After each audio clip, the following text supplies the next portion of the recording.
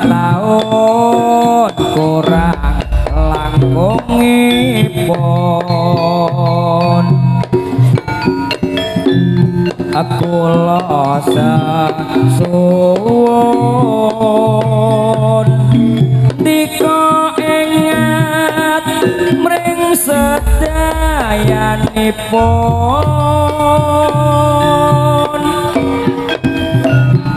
kabare pripun serat botenipun sana kadang dusun sedaya nggih rukun wancine matun para tani yutun benjang nopo lek wangsul hampun ngantos disusul maknesipun nang gundul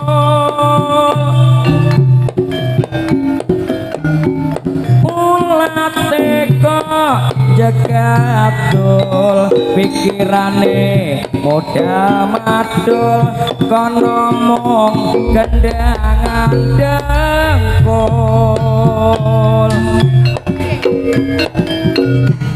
nilar kendusun kersane kepripun saya tangelamun lambok sampun wonten dusun kesan sawontenipun benjang nopo lek wangsul hampun ngantos disusul maknesipun nang gundul ulat teka jagadul pikirane modal madul kono mung kendangan dengkul nilar kendusun kersane kepripun saya tangelamun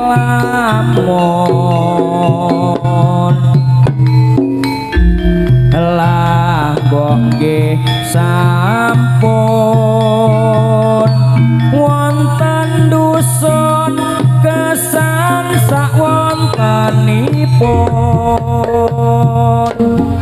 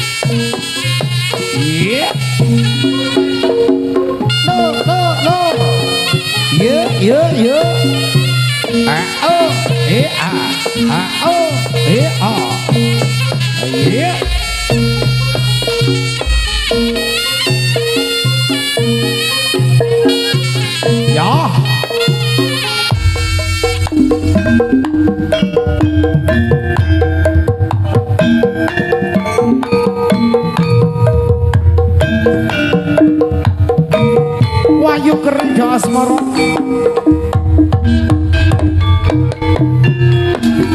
gentayangan yen awan ratuyan mangan mung klisikan yen dalu ra bisa turu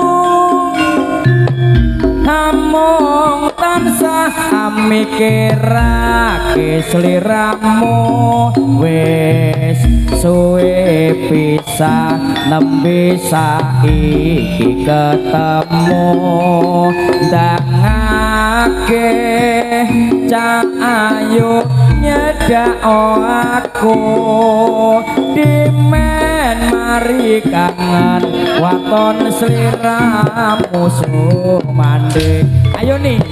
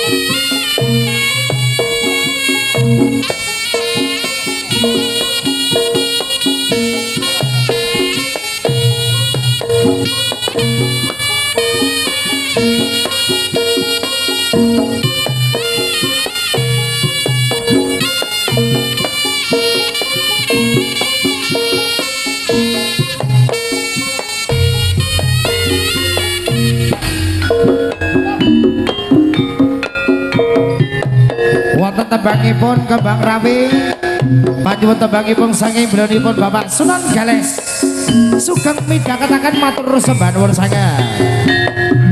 Sesarengan kala sakadang kanca saking warga Agung Wayu Kerida Asmara.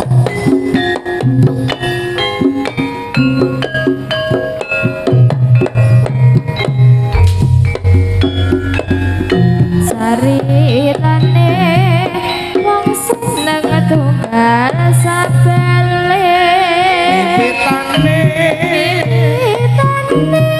langgo jejer saben dinane saya suwe saben jejer nyekal tangane banjur ngomong mas aku tresno kowe caritane wong seneng tunggal sabele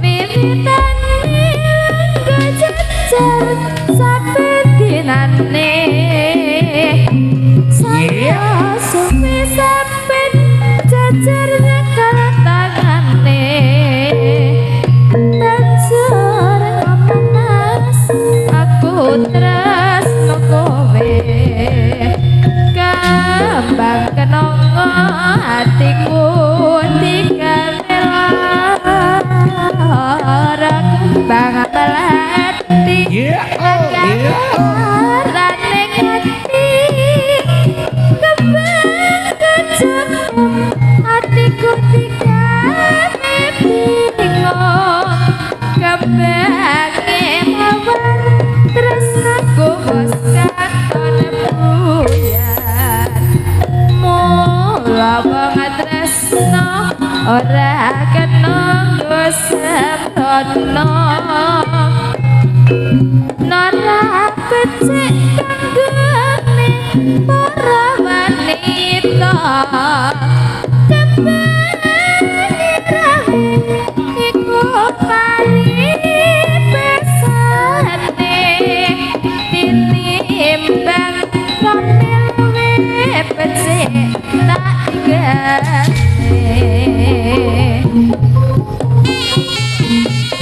ye ye lo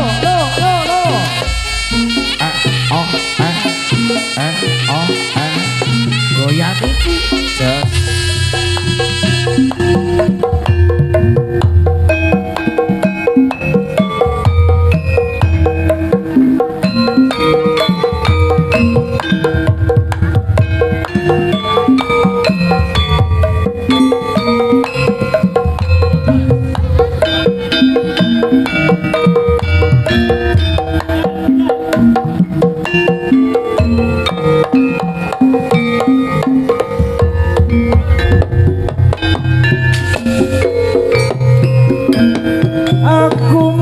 tansah ngenteni ing pira suwene kok mung dadi ati nimas apa kowe ora krasa gonku mikir wit kala semana iya welasa aku paringa usada minangka brataku nimas wong ayu aja nglaledha ayo ta kandon asmara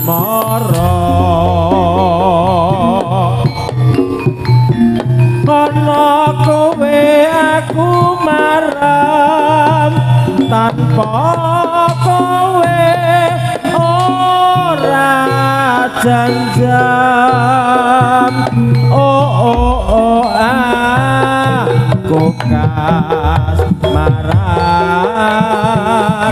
saben turu lalin duran rono rene tak dereke mung pati-patine bisa nyawang kowe nimas klambi lure agemane ditampeku rangapane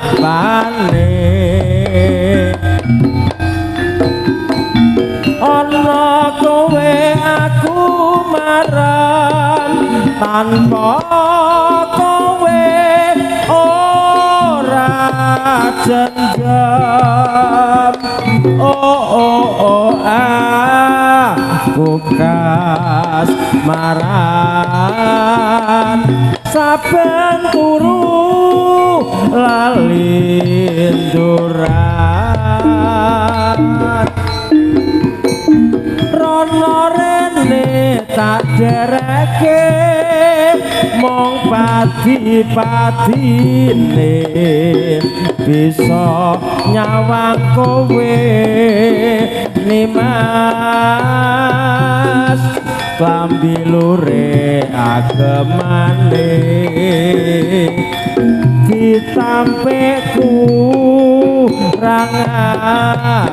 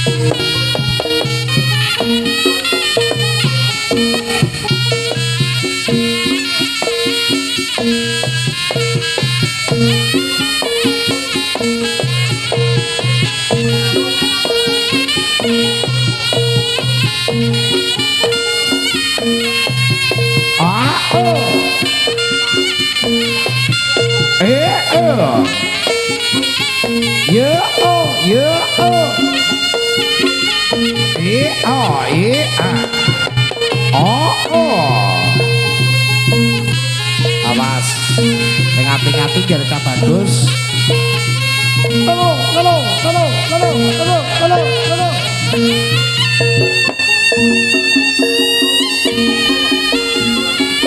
yuk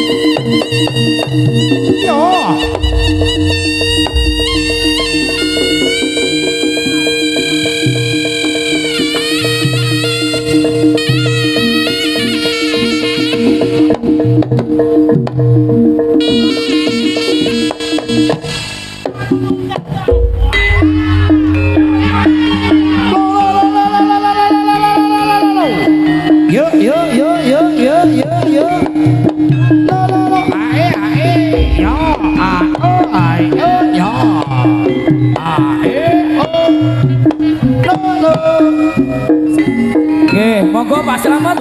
Nggih, request serampat niki. Monggo.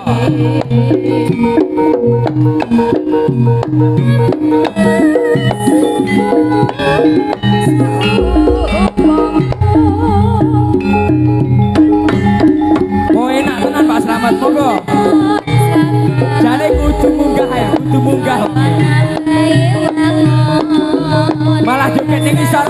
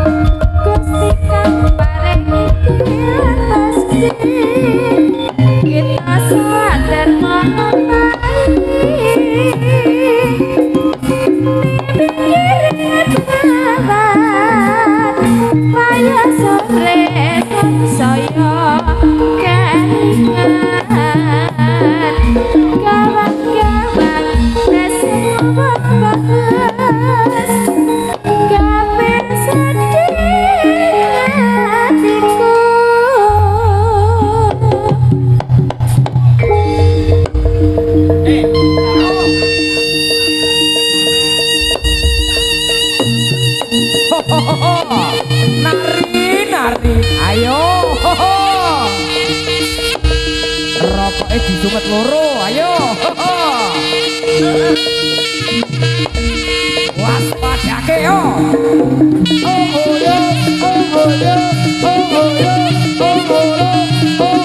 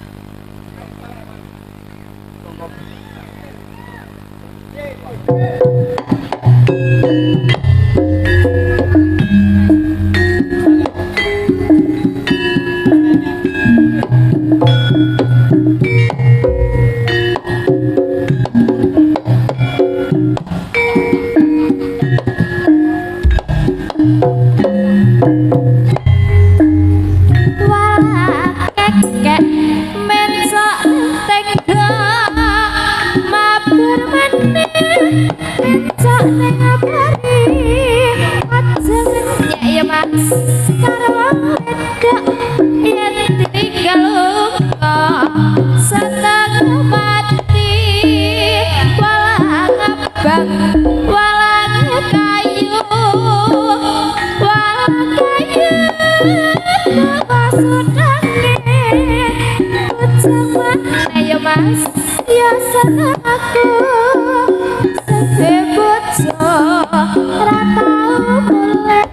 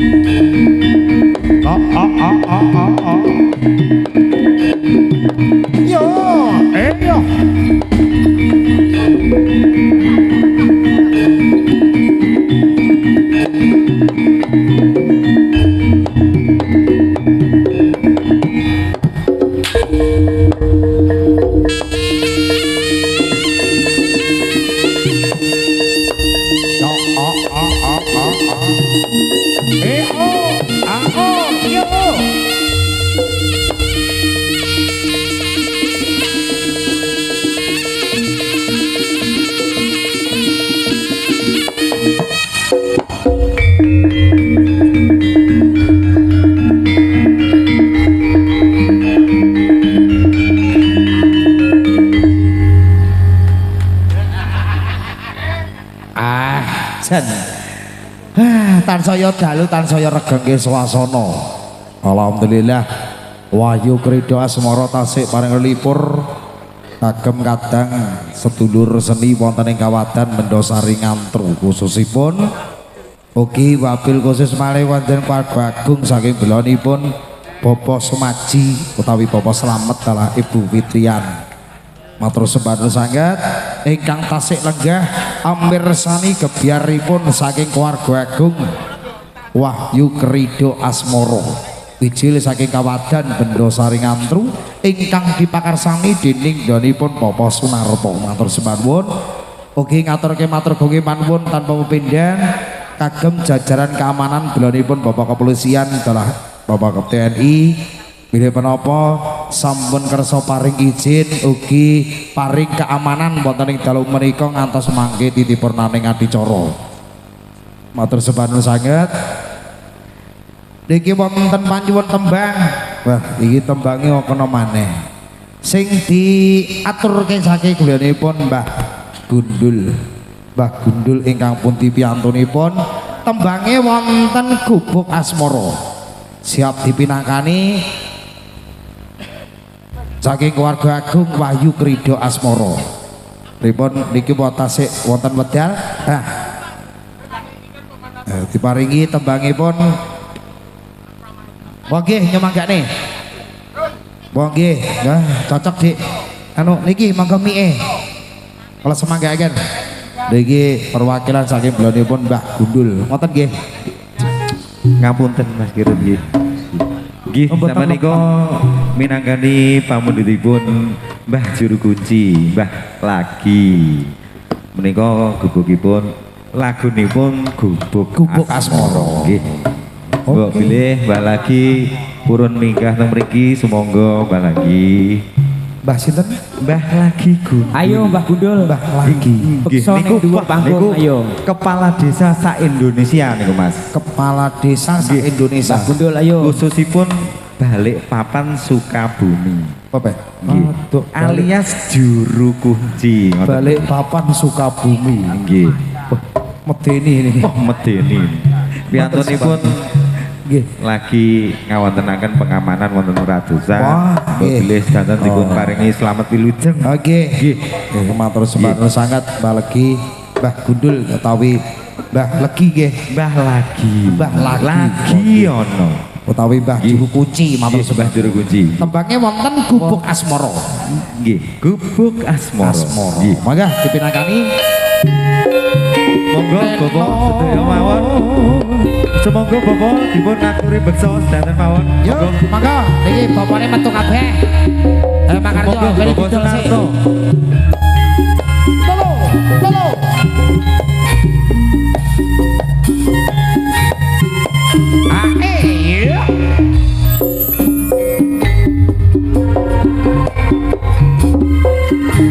Yen liwat aku kelingan gubuk kae biyen tak golere Ya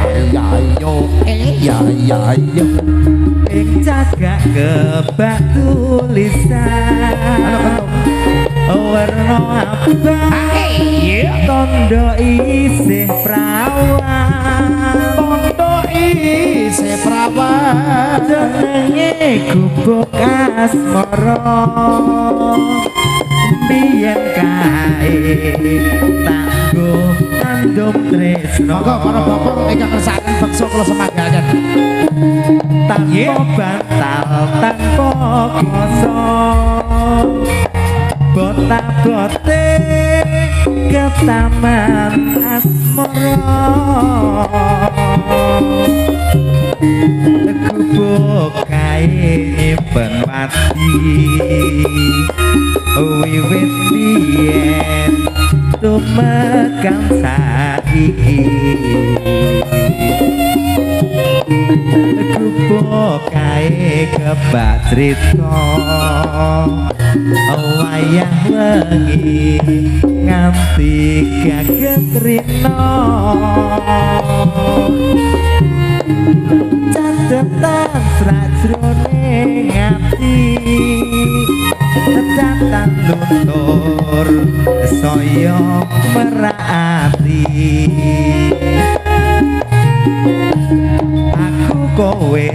dadi garwa mergo aku bekas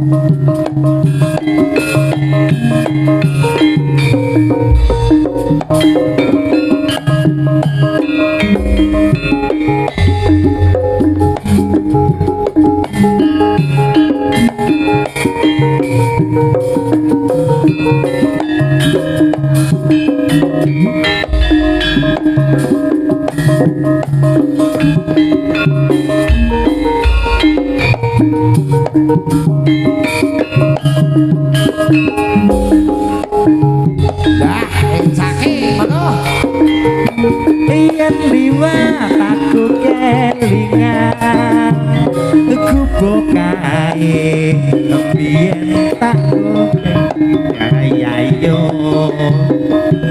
ing cagak kebak tulisan warna abang tondo isih prawan